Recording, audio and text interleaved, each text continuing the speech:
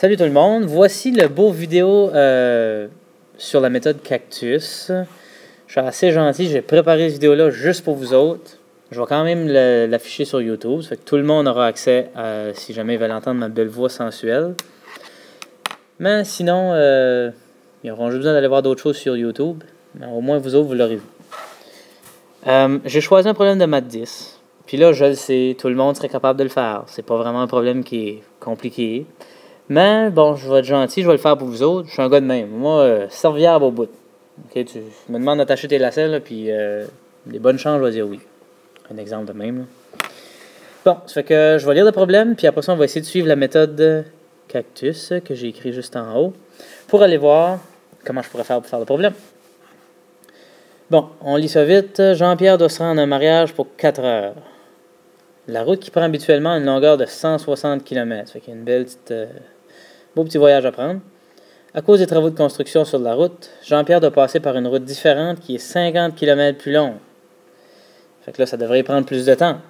Donc, qu'est-ce qu'il fait, lui? Il monte sa vitesse de 30 km/h. Qu'est-ce qu'il ferait d'habitude? J'espère qu'il ne prendra pas de ticket. Il prévoit prendre le même temps que d'habitude avec ce trajet. Bon, si Jean-Pierre décolle à 2h15, il est dernière minute un petit peu, mais en tout cas, c'est pas vraiment ça qui est le problème ici, non? Arrivera-t-il à temps au mariage? OK.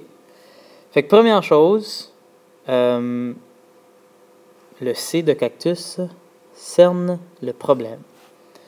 Donc ici, le problème, bon, quand je le lis, de toute façon, il est écrit en beau et en gras ici, là, ça fait que c'est pas vraiment ça qui est le plus dur. Il va-tu arriver à temps au mariage? Fait qu'en gros, si on fait le calcul, là, il décolle à 4 heures, il faut qu'il soit là à 4 heures, puis il décolle à 2h15. Ça va-tu y prendre moins que 1h45? Donc, c'est ça la question qu'on se pose, là. Ça va-tu y prendre moins que 1h45? C'est ça la question. Là, vous voyez ma belle écriture du dimanche. Si jamais vous voulez que j'aille écrire vos notes sur le frigidaire, là, vos listes d'épicerie, je suis disponible. Vous avez juste besoin de venir me voir après la présentation. Puis ça, en plus, avec un stylo d'iPad, j'écris 100 fois mieux que ça en vrai, là, en tout cas.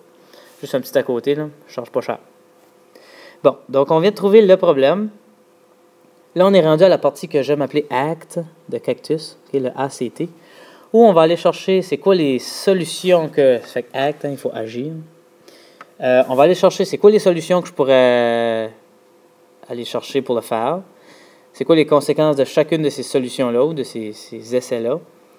Puis le T, c'est de faire un classement pour justement faire un choix. Bon. Une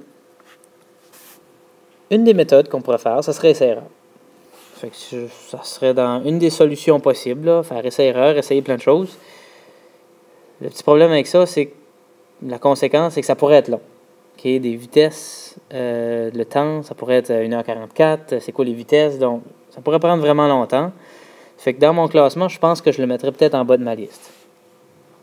Qu'est-ce que je pourrais faire d'autre?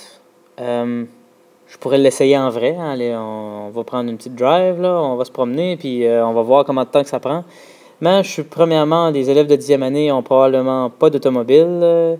Leurs parents ne les laisseront pas conduire à 160 km ou même à 210 hein, s'ils font l'autre partie. Puis, je suis pas sûr que leurs parents vont être très contents qu'ils dépassent la limite de 30 km/h. Ça fait que je pense pas que celle-là non plus serait une bonne solution. Mais, il y a justement une chose qu'on a vue dans notre cours, c'est de faire un tableau pour démêler l'information.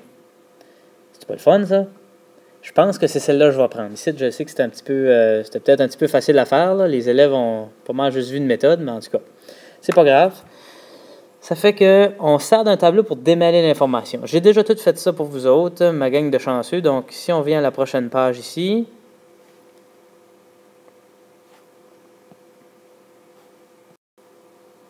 la prochaine page, on voit le tableau déjà tout fait. Ça fait qu'encore là, on voit comment est-ce que je suis bon pour faire des tableaux. Je sais que je ne l'ai pas dit à personne dans le cours, là, mais j'ai gagné des concours moi, pour faire des tableaux. Puis, ça fait un bout de ça, là, c'était en les années 90. Là. Fait que si vous trouvez que mon tableau est vraiment beau puis vous aimeriez vous en procurer un, je peux toujours vous en fournir. Moi, je l'ai fait, je peux les faire live. Là. Je l'ai fait d'être là. C'est complètement improvisé. Fait que si jamais vous avez besoin d'un tableau, je devrais être en avant de la classe à côté de cette vidéo-là présentement. Ça fait que, Regardez-moi, faites-moi un petit clin d'œil, puis je vais savoir qu'est-ce que vous voulez. Un tableau, évidemment. Bon, ça fait qu'on a démêlé l'information. Habituellement, Jean-Pierre fait 160 km, puis il va à une vitesse qu'on ne connaît pas. Ça fait que j'ai mis une vitesse de X. Son trajet modifié, donc le trajet qui a été obligé de changer, il est 210 km, puis il va aller 30 km/h de plus. En utilisant la bonne vieille formule de physique, T égale à D sur V, ben, on était en mesure de remplir la colonne de temps. Bon, pour répondre au problème, on dit qu'il prévoit prendre le même temps que ça y prenait habituellement. Donc, le temps que ça y prend habituellement devrait être égal au temps modifié, au temps qu'il voulait faire. Bon, ça fait que, qu'est-ce qu'on va faire, nous autres? On sait que ces deux choses-là sont égales. Fait qu'on va s'écrire une équation qui est la suivante. 160 sur x. Oups. Je fais des beaux x, hein? Bon, 160 sur x. C'est un anguille, ça, monsieur? Non, c'est un x, ça. Égal à 210 sur x plus... Puis là, je viens de voir que j'avais oublié un petit quelque chose. C'est x plus 30, pas x plus 3. Donc ici, je vais l'ajouter x plus 30. Puis là, il faut résoudre ça. Encore là, j'épargne les détails, vu que pour cette vidéo ici, justement, pour le but du cours, on trouve x égale à 96. Bon, qu'est-ce qu'on vient de trouver là? On vient de trouver la vitesse qui allait habituellement. Donc, c'est quoi la vitesse qui va aller modifier? Ben, il va aller un beau 126 km/h. Fait que quand je vous disais tantôt que c'est peut-être pas une bonne idée de faire les élèves le faire en vrai, le problème, pour vérifier s'il fonctionne, ben, on a la preuve 126 km/h, il n'y a quand même pas grand place que c'est ça la limite de vitesse. Bon. Fait que nous autres, on veut savoir s'il va arriver à temps.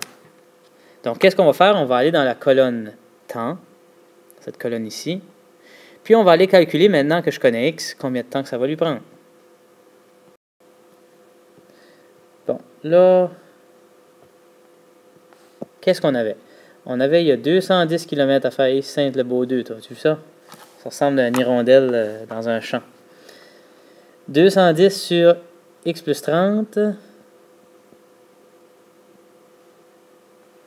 Excusez-moi encore pour ces beaux plus-là. Maintenant que je sais qu'est-ce qui est x, je peux aller calculer le temps que ça lui prend. Puis ça fait 1,67 heures. Donc c'est ça que ça lui prend pour faire son voyage. En passant, je suis en train d'appliquer la solution. Je suis dans le U du cactus ici, là.